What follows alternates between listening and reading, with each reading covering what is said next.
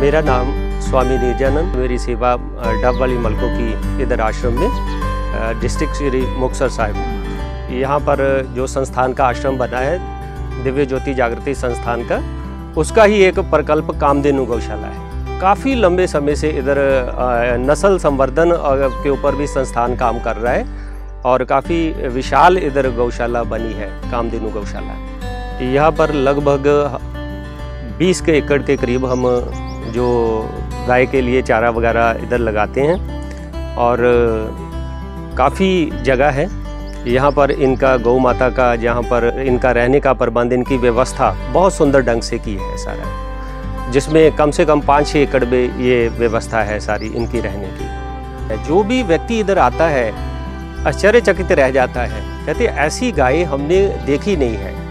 और जिस पे गुरु महाराज जी की बड़ी विशेष कृपा है, सर्वश्री आशुतोष महाराज जी जिन्होंने हमें इसका मार्गदर्शन हमारा किया। हमें भी पहले इन चीज़ों का बोध नहीं था, ज्ञान नहीं था, मगर हमें उन्होंने मतलब कि ये बताया कि देसी गाय और दूसरी गाय में क्या अंतर है। मैं ये बताना चाहूँगा गौ पालकों को कि इससे पहले काफ़ी लोगों के मन में भ्रम था कि जो देसी गाय है वो दूध बहुत कम देती है और दूसरी गाय की नस्ल के मुताबिक ये दूध बहुत कम देती है और इसका दाम भी बहुत दुगना है। जहाँ पर भी हमारा दूध जाता है मगर वो उसका दाम उससे कई गुना ज़्यादा है। इसीलिए हम लोग इधर देसी घी भी बनाते हैं जिसकी शुद्धता, जिसका क्वालिटी दूसरे घी से बहुत अधिक है और हमेशा लोगों को ललायत रहते हैं। हमारे पास लोग फ़ोन भी आते हैं, लोग कॉल भी करते हैं कि हमें घी चाहिए, हमें दूध चाहिए, मगर इतनी गिनती में हम प्रबंध करना भी ये कठिन हो जाता है। सब लोगों के मन में भ्रम है कि यदि हम देसी गायों का पालन करेंगे तो इसमें तो आमदनी नहीं है। ये पहले हमारे मन में भी ऐसा ही था, मगर जब हमने इनका गुरु महाराज जी के दिशा निर्देश में रख रखाव किया, इनका पालन पोषण बड़े अच्छे तरीके से किया, फिर मतलब कि हमें पता लगा कि देसी घी की असली देसी घी की मार्केट में बहुत ज़्यादा वैल्यू है और मार्केट में इसका रेट आम घी से कई दुगना चौगना है। मगर जब ये क्रांति एक आएगी तो लोगों में जन जन तक ये संदेश पहुंचेगा तो लोग हमारे किसान भाई भी मतलब कि ऐसी देसी गाय का पालन पोषण जरूर करेंगे। मेरा नाम सुखविंदर सिंह है।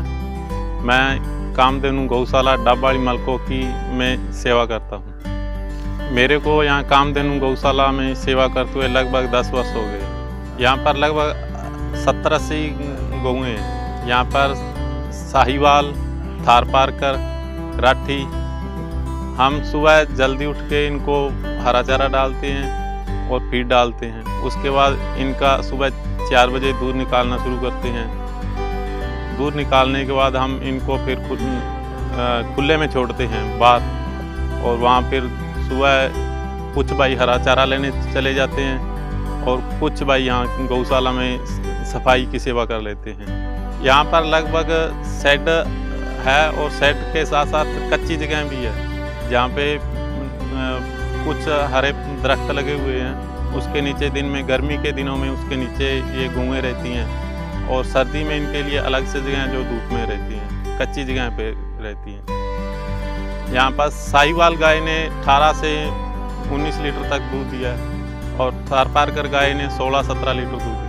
यहाँ से जो मेल काफ है वो अलग अलग गौशालाओं में जाते हैं और कुछ किसान भाई भी हमारे से लेके जाते हैं जिनके पास देसी गौ रखना स्टार्ट कर रहे हैं। वो अपनी नस्ल सुधार के लिए वहाँ अपने कामधेनु गौशाला से मेल काफ लेके जाते हैं। भारत के किसानों को भी अपने घरों में देसी गाय रखनी चाहिए और इसका दूध अपने बच्चों को पिलाना चाहिए।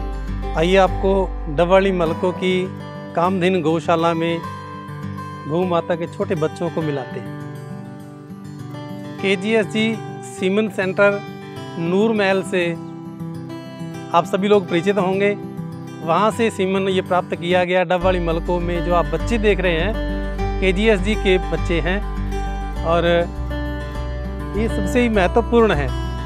कामधेनु गौशाला देसी गौओं के संवर्धन और रक्षा करती है, उनके ये बच्चे हैं। और मैं आप सभी देशवासियों से, गौ पालकों से निवेदन करूंगा कि KGSG से सीमन प्राप्त करके ऐसे ही बच्चों को अपने घर में प्राप्त करें। देसी गौ का जो दूध है हमारे लिए, हमारे बच्चों के लिए, हमारे स्वास्थ्य के लिए बहुत अच्छा है, जिसको आप अपने घर में रखेंगे तो अच्छे संस्कार भी मिलते हैं हमारी संस्कृति के अनुसार।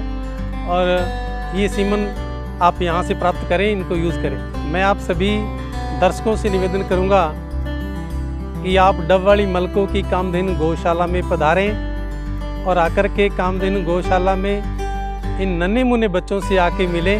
जय गौ माता, जय गोपाल।